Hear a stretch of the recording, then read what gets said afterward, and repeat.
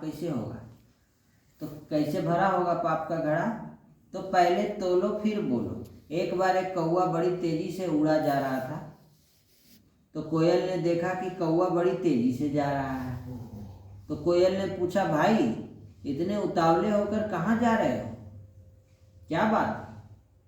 तो कौवा बोला, बहन मैं जहाँ जाता हूँ मुझे भगा दिया जाता है, मुझे अपमान मिलता है, सत्कार नहीं मिलता है, इसलिए यहाँ से कहीं दूर दूसरे देश में चला जा रहा हूँ। वहाँ तो कोई सब अपरिचित ही रहेगा ना, तो सभी मुझे सम्मान की दृष्टि से देखेंगे, वहाँ कोई मुझे पहचानेगा नहीं। तो कोयल ने कहा, भाई बात तो ठीक है, लेकिन अपनी बोली बदलते जाना, काँव को बदल देना।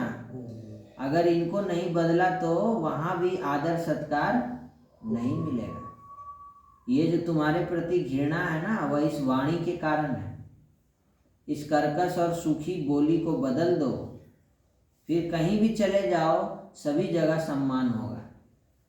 तो कौवा ध्यान से सुन रहा था, तो उसकी नज़र कोयल के गले में पड़े हार पर पड़ी। तो उसका मन ललचा गया। कौवे ने पूछा कि ये उपहार तुम्हें कहाँ से मिला? कोयल ने कहा कि मैं स्वर्ग लोक गई थी, वहाँ मैंने गाना सुनाया, मेरे गाने को सुनकर इंद्र प्रसन्न हुए और उन्होंने मुझे उपहार में हार दिया है। तो कौवे ने भी सोचा कि सिर्फ गाना सुनाने से यदि हार मिलता है तो मैं भी स्वर्ग में जाकर गाना सुना देता हूँ और हार ले आऊँगा। तो वह स्वर्ग लोक में गया, इंद्र से बोला कि मैं भूलोक से आया हूँ, गाना सुनाना चाहता हूँ। पहले मेरी बहन आई थी कोयल, अब मैं आया हूँ। तो इंद्र ने सोचा कि भाई और बहन का रंग रूप तो मिलता है, तो बहन का कंठ तो बड़ा सुरीला था, इसका भी सुरीला होगा, तो अब इसका भी सुन ले। तो इंद्र ने सारे देवताओं को भी सुनने के लिए आमंत्रित कर दिया। सभागार सभी देवताओं से भर गया।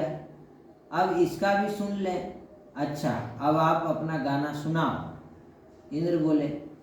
कौवे ने गाना शुरू किया। कुछ ही क्षण में सभी चिल्ला उठे, बंद करो ये गाना, हमारे कान फटे जा रहे हैं। इंद्र ने कहा कि हे भूलोकवासी, बंद करो अपना काँव करना, अब चले जाओ यहाँ से। तो कौवा सब पका गया और सोचने लगा कि हार तो नहीं मिला, तिरस्कार ही मिला यहाँ भी।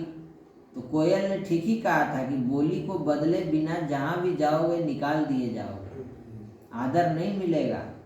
इसलिए संसार में भी बोल का ही महत्व है। आज की दुनिया में अगर कोई व्यक्ति कर्कश और मीठे बोल बोलता है तो सुनने का कोई तैयार नहीं हो। कड़वे कटाक्ष और कर्कश बोल वाले से प्रत्येक व्यक्ति दूर ही रहता है, लेकिन सुमधुर मीठे आदर युक्त बोल बोलने वाले को सभी सम्मान करते हैं।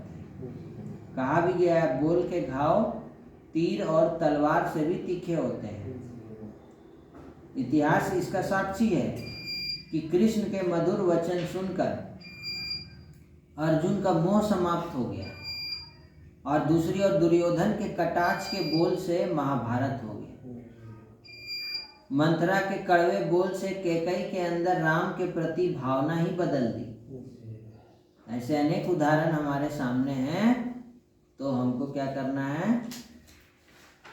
पहले तोलो फिर बोलो, ऐसी वाणी बोलिए मन का आपा खोए, औरन को शीतल करे आप बहु शीतल।